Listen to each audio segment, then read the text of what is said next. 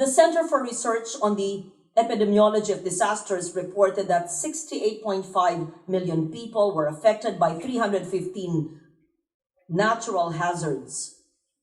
And this killed 11,804 in 2018, resulted in $132 billion of economic losses across the world. I'm quoting. That's not original. That's because I just don't want to say it. That's exactly my words.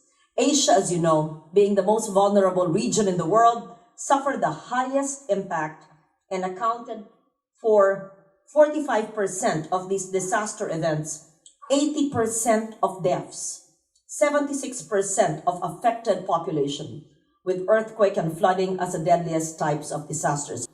In the Philippines, just this year, 51 out of the 80 LGUs declared a state of calamity due to droughts early this year and dry spells caused by El Nino, aggravated by climate change.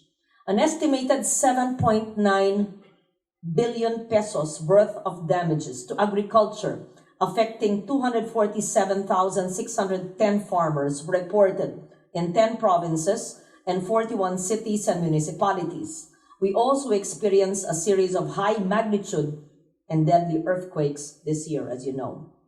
Given our country's vulnerability to natural hazards and the intensifying effects of climate change, it is crucial that the academe and educational institutions play a more active role in our efforts to enable genuine and lasting climate and disaster resilience.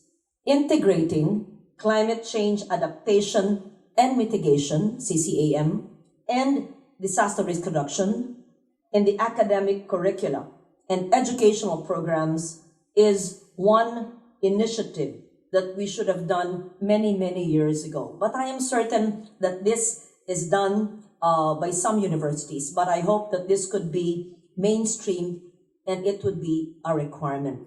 In fact, even in grade school, in the DepEd schools, we should mainstream CCAM DRR because we are such a vulnerable nation, and all these billions of pesos of losses is really a setback in our GDP. And it is important that every LGU, every institution, in fact, every home should be a resilient home. By shaping the minds of our youth to appreciate, understand, and act on CCAM, DRR principles and initiatives, we educate them at a very young age on these important concepts that will be critical as they lead our nation in the future. Our academic institutions can also play a meaningful role in enhancing the capacities of institutions down to the barangay level to inculcate CCAM DRR preparedness and response measures in support of our goal towards climate and disaster resilience. Of course, as a legislator, I find value in the product of your academic studies and research, which provides a solid foundation in our policies, in our projects, and our programs. During the joint meeting of the Committees on Government Reorganization and Disaster Management on Department of Disaster Resilience bills, I manifested the need for a global standard in CCAM DRR trainings for all LGUs down to the barangay levels. This is a task for our Department of Interior and Local Government, but I see every opportunity also for the UPRI and the higher education institutions in providing workshops and trainings that subscribe to these global standards. Another major avenue where academic institutions can really have meaningful engagement and where the country really needs help is in the pursuit to access climate finance. We have our own climate finance mechanism called the People's Survival Fund, created by Republic Act 10174, which amended the Climate Change Act of 2009. As you know, I principally authored the Climate Change Act in 2007, became a law in 2009, and the PSF became a law much later. As you know, the PSF has an allocation of 1 billion pesos, but only 6 municipalities have accessed the fund since its creation in 2012. This is a fund managed not by the Climate Change Commission, but by the Department of Finance. And so it is important that all local governments, even UP, even the UPRI, can access funds from the PSF. The main difficulty that our LGUs encounter in accessing the PSF is on the development of a strong climate rationale for their project proposals. And this is one area that our academic institutions should really help our LGUs with. Let me also note that most, if not all, the LGUs that have secured funding from PSF have partnered with academic institutions as they develop their project proposals. Perhaps our state universities and colleges, even our private higher education institutions, can partner with LGUs in the regions or people's organizations and non-government organizations for proposals not only for the PSF, but also for the Green Climate Fund. And this climate finance window, the GCF, is the largest global climate finance mechanism meant to help developing countries finance their climate change adaptation and mitigation initiatives. As you know, just this November 13 in Incheon, during the 24th meeting of the GCF board, of which I sit as a member, we approved a $10 million grant of the Philippines' very first project proposal for the establishment of multi-hazard impact-based forecasting and early warning systems and services. It is a project proposal of PAG-ASA.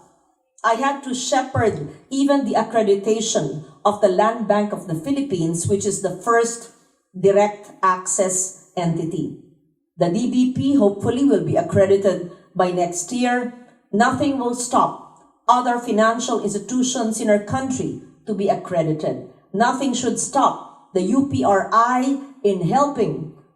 In fact, the output of all the 70 institutions present here today, after 2 days, can come up with a proposal for the PSF locally or for the GCF globally. Perhaps Mahar can lead the way.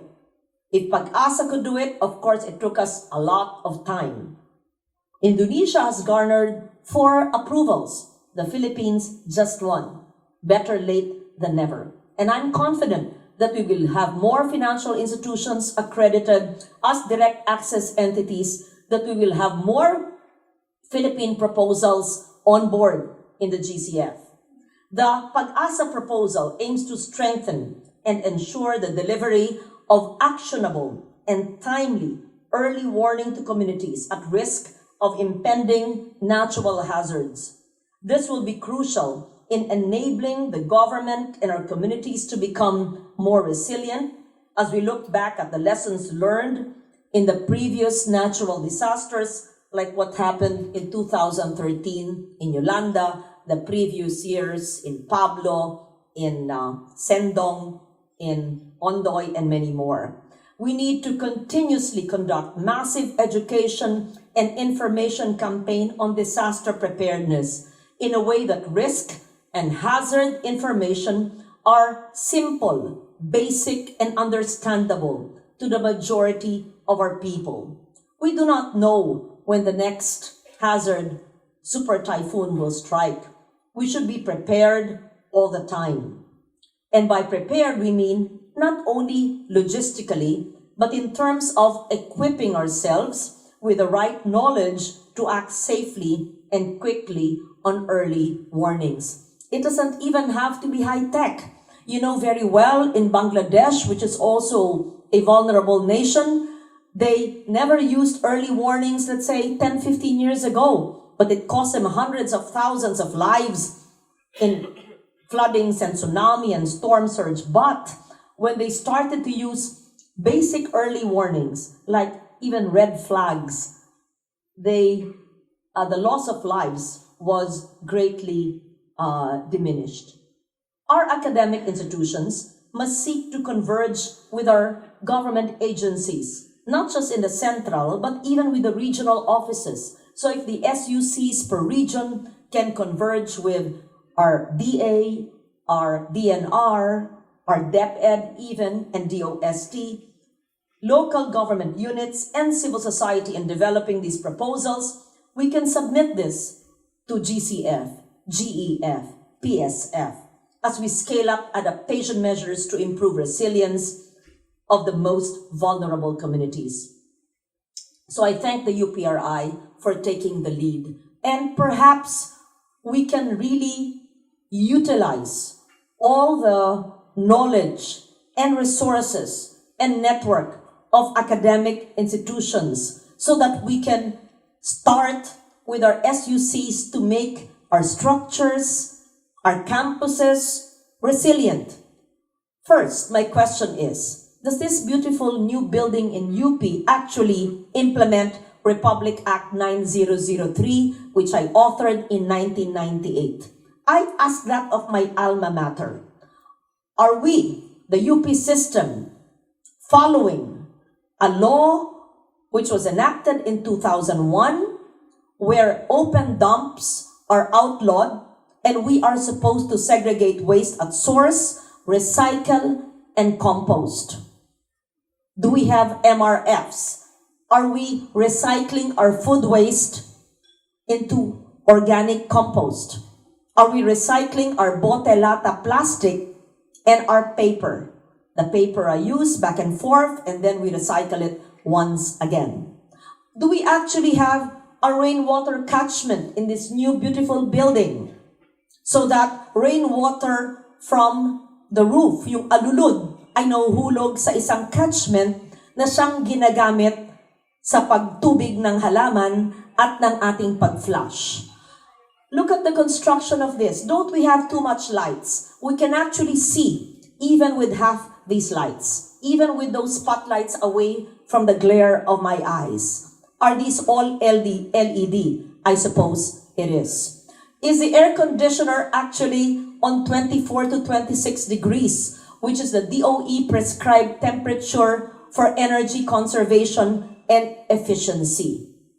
These are just basic questions I'm asking as author of these laws. I ask my alma mater.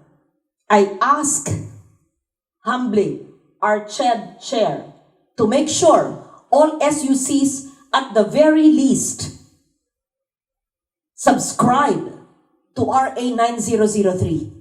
Because the problem of garbage, where the Philippines is the number 3 worst plastic polluter in the world, must not happen. If only we say no to single-use plastics. Why do we even have bottled water here? That should be banned. In any climate conference, especially in the state university, we should walk our talk. That's true. Bottled water is banned in my office. All of us have water jugs. I have my own water bottle. Now, I will only forgive you if that bottled water is reused and you bring it home and use it as your thermos or your water bottle. So, we can actually start with our everyday lives. Say no to single-use plastics.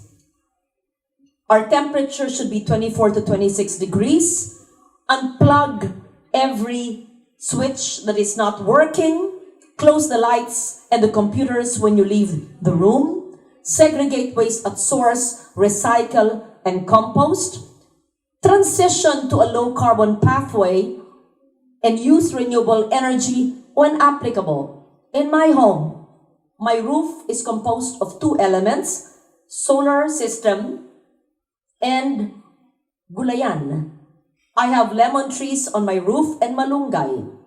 And in my little backyard, I grow my own lettuce and talbos ng kamote and Chinese kangkong. That's true. I have my own MRF and built my own rainwater catchment. I'm not an engineer. I'm not an architect. It takes simple common sense. The water that flows on the roof must flow somewhere. And the water catchment I built gathers all the rainwater, and that's the water I use to clean the car and the tires and to water my plants? Why would you use distilled or cleaned water of our water supplier, Maynila or whatever, for your plants? It doesn't make sense. Use the natural water because there should not be any chemicals to water your plant. So why am I saying all these little basic things? Because that's how we start. And that's how perhaps our educational institutions from DepEd and our SUCs should start. And if every of the 110 million Filipinos think that way, act that way, if the educational institutions follow the Clean Air Act, the Clean Water Act, the Ecological Solid Waste Management Law, the Renewable Energy Law, the Environmental Education Awareness Act, the PSF, and the Climate Change Law, 7 of the many laws on environment and climate I authored in my 3 terms in the Senate, then I would think that my Senate terms were worth my while.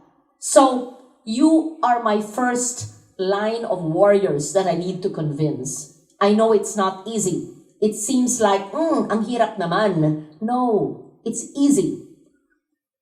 I have changed my lifestyle and have walked my talk long ago. I'm still a work in progress. But if all of you, professors and researchers and experts and scientists, walk your talk, I'm sure Mahardas, I hope he does. But whoever is the caterer here should not serve those bottled water. So, I also requested, again, not your fault, they were giving me that lei. I said, sayang lang yan. It's going to be waste. I accepted it and I asked my staff, we will convert it into gift wrap or a ribbon or a belt. I even requested from Climate Change Commission, SM, whenever I speak, don't give me a plaque that's either plastic or wood or glass. We should start thinking of the circular economy. When we create something, we should know where it goes. And so instead of giving plaques, perhaps you could just plant trees in UP or promise, do something, say no to plastic or something. So I'm not supposed to lecture to lecturers, but I decided to share with you the laws that I authored since 1998. Perhaps there will be another time for me to do a PowerPoint of every law that I've authored, which should be implemented by the teachers and taught by the teachers in the various universities. And so, on this occasion, as all our scientists and experts come together in these 2 days, we hope to receive climate adaptation and mitigation initiatives and proposals that can qualify for PSF, GEF, or GCF, or even our daily stuff that we do. Because as leaders of our nation, of our academic institutions, in our communities, in our homes, let it be said that during our watch, we made our communities, our society, our country a better, safer, healthier, more resilient place to live in. Magandang umaga sa inyong lahat, isang lunti ang Pilipinas.